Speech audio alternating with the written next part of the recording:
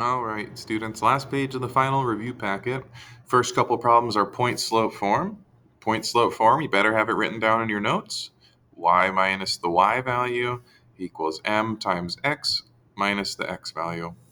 I will point out something. These are always letters.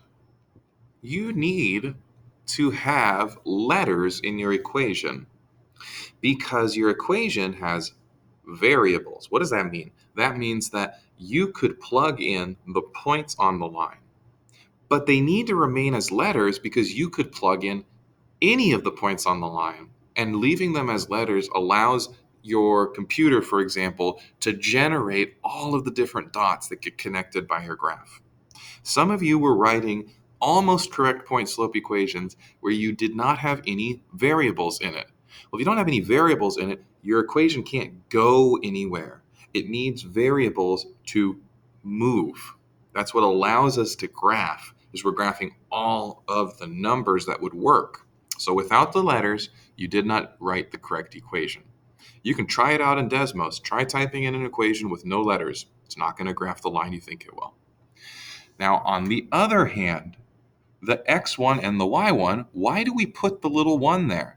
That's a reminder that you are choosing one specific point. In other words, you are going to have numbers right there. And the letter m is still the slope, just like we practiced for many months. When I look at number 18a, all I need to identify is a specific point and a slope. When I look at going between these 2 points, I see it went down 2 and over 3.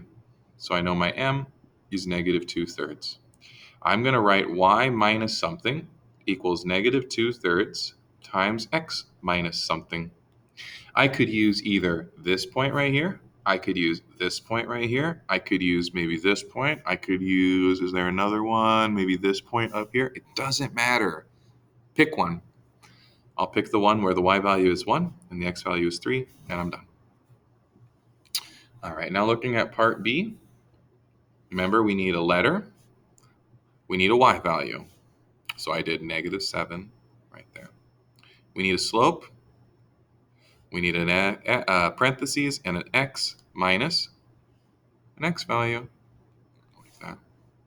When you have double negative, I would much prefer, and you should also, to have a double negative turn into a positive. So there's your point slope equation. If I ask you to graph it, put your pencil on the point, 5, negative 7, and then move according to the slope, down 4 over 1. You can do it. Last couple problems. Number 19, they're in standard form. Change them into slope-intercept form. Okay. Minus 3x from both sides. Could I combine a 5 and a 3x? Absolutely not. They are not the same thing. One is a letter, one is a number. There we go. Now it's in y equals mx plus b form. Put a dot at 5, go down 3 over 1. Down 3 over 1. And draw that line. Part B. Change it to slope-intercept form by subtracting 5x. 2y equals negative 5x plus 8. Divide by 2. Y equals negative 5 over 2x plus 4. How come I didn't write a decimal for negative 5 over 2? Think about it. Slope is rise over run. It is better as a fraction.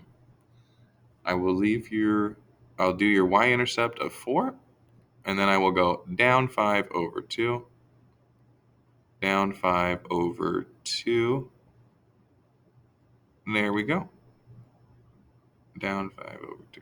Okay, and that's it. All right, thanks for watching. Ask questions if you got them.